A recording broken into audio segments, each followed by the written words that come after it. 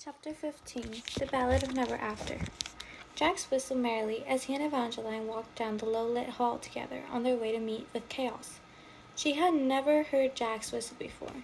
She supposed he did it now because she finally agreed to open the Valley Arch, but for some reason she hadn't expected it to make him this kind of unabashedly happy. Jax was all dimples and whistles, and it was unsettling how curious this happiness made Evangeline feel. What could Jax possibly want inside the arch? He found another apple as she got undressed. It was unbidden and blue, and he tossed it in time with his merry song. "You're staring. I was just wondering why you always carry apples." Jax chuckled under his breath. "Trust me, little fox, you're better off not knowing." He took a slow bite of the fruit, eyes darkening as it slowly slid from her lips to her neck, following the exposed line of it down to her cleavage and then to her breast. Her breathing felt heavy as Jack's gaze lingered on the intricate cords that wrapped around her chest, tracing the golden lines with his eyes in a way that made the braided robes feel as if they were being tightened, as if his cool fingers were pulling them more tautly around her, until it was a little difficult to breathe. "You started it with your stare," he murmured. This was more like the Jack she knew, taunting and a little cruel. "Do you have any news of Apollo?" she asked coldly. "No," Jack said. "Chaos sent out vampires to search for him last night, along with a few humans, who could stay out until after sunrise. But no one has seen him, and the scandal sheets haven't mentioned him. If he's smart, he's trying to get some distance from you to make it easier to fight the curse. But," Jax added darkly, "that can only last so long." "What about Havelock?" Evangeline asked. "What about him?" "Has anyone questioned him to see if he knows who put the Archer's curse on Apollo?" Jack side-eyed her. "I already told you, finding out who caused this curse won't help us." "But I'd still like to know. Maybe you're used to people trying to kill you, but I'm not." "That's unfortunate, because Havelock is gone too.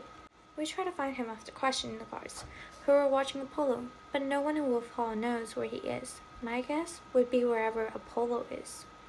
Jack stopped at the ancient wooden door to Chaos' study. He twisted the iron handle, but the door did not budge. He knocked, but the vampire didn't answer. It seemed he wasn't there just yet.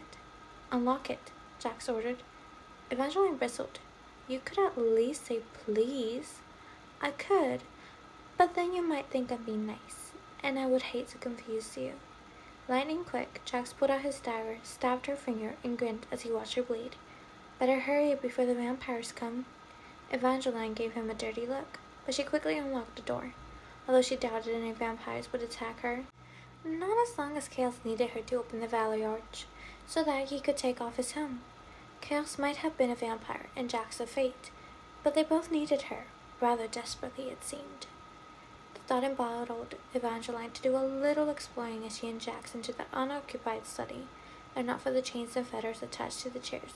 It might have been easy to imagine they were at Wolf Hall. The floors were ancient polished stone, the chairs were fine leather, and the marble chessboard atop Chaos' desk was a work of art. The pieces were larger than normal, making it easier to see they weren't ordinary kings and queens, knights and rooks and pawns. They were carved to look like the Valors, and just like the great statues in the harbor outside of Valorfell, all the heads of the pieces had been removed. Jax took another bite of his apple, filling the dim room with sweetness as he watched Evangeline near the desk. "Not sure you should be snooping," he said. "Not sure I care," she retorted. "The vampire needs me too much to hurt me."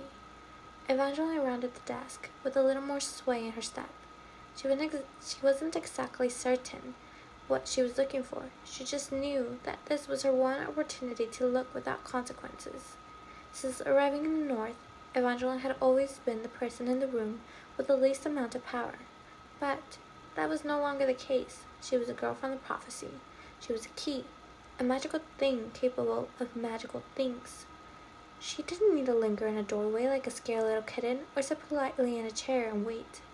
She wanted to open the desk drawer when she saw it on the corner of the desk, a gem sparkling beneath a glass clutch. Evangeline lifted the clutch.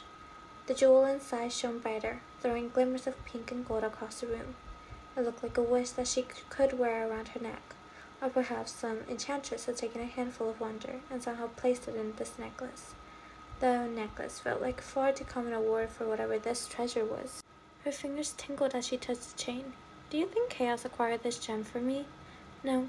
The vampire appeared in a shadowy flash and snatched the necklace from her hand. "Give it back!" Evangeline grabbed for the gem in instinct, but Chaos held her wrist. "This isn't for you," he said. He was wrong. She knew he was wrong. The gem didn't sparkle so brightly in his gloved hand. It needed to be hers. She swung at him with her free arm. It didn't matter that he was stronger or bigger, that it probably hurt her far more than it hurt him when she managed to strike at his chest. She had to have that necklace. "That doesn't belong with you." She lunged for him. "Not a good idea, little fox." Jack's hands banded around her roughly, dragging her from the vampire and her precious gem. "Let me go, you monster." She tried to butt him with her head. Jax took a hand from her waist and wrapped it around her neck. Holding her immobile as Chaos went to the desk and locked the gem inside an iron box. Immediately, Evangeline felt like she was being plunged in cold water. As soon as the lid closed over the stone, her boldness, her extreme confidence, her desire to claw out Chaos' eyes with her fingernails vanished in a flash. She sagged against Jack's grip. What just happened? Her skin felt flushed. Her breath was uneven, and Jack's hands were still on her. "Can you control yourself if I release you?" Jax asked. "Or do we need to shackle you to one of the chairs?" He sounded as if he were laughing again, because of course, Jax would be entertained while she was mortified. "I'm fine."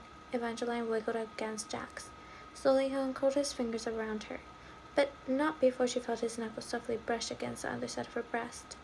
Her stomach dipped, but Jack's face was so impassive, she imagined the touch must have been a slip. She shook her head as she staggered further from him, the necklace Chaos had locked away. "What was that thing?" she asked. "That thing is a luck stone," Chaos said. "It is one of the 4 magical missing archstones." Evangeline remembered then what Jax had said about the previous key, that she died after finding one of the missing stones. The gem on the necklace must have been that stone. Chaos strode away from the desk, but his movements appeared to be tighter than usual.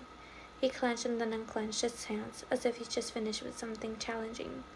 "Did the stone affect you as well?" she asked. "The stone affects everyone," he said.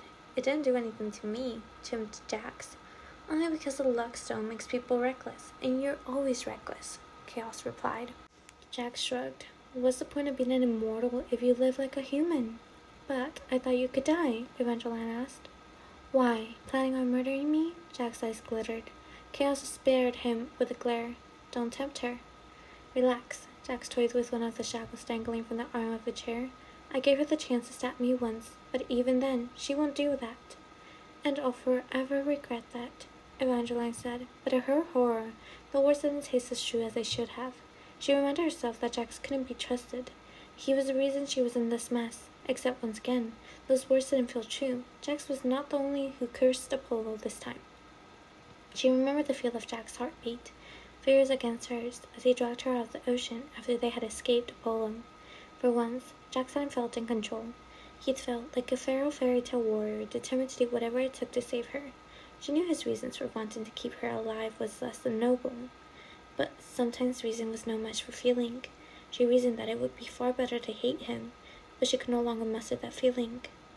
Chaos cleared his throat. Evangeline looked up to see the vampire standing before his desk, arms crossed over his broad chest, as he watched her with something like concern. It was difficult to tell for certain with the helm concealing his face, but it didn't need to worry. Evangeline might not have hated Jax, but she still knew better than to trust him. "There are 3 stones left to find," Chaos explained. "Each stone has a different power, Evangeline. Because you're the key, you will feel each stone's magic the most, making it easiest for you to identify them. However, as you have probably tell from the luck stone, the power of the stones make them dangerous." "Why are the powers of the other stones?" She remembered the disappearing librarian had mentioned their names, but she couldn't recall what they were. Jax perched an arm off the chair and counted mockingly with his fingers. "1 for luck, 1 for truth, 1 for mirth, 1 for youth." "Those don't sound too bad," she said. Jax gave her a dirty look. "Mirth has the potential to make you lose your mind even more than the luck stone did. People will kill to hold on to their youth. It could also bring about jealousy or immaturity, so that 1 will be tricky to steal. And truth." Jax smirked. "The truth is never what you want it to be, little flaw."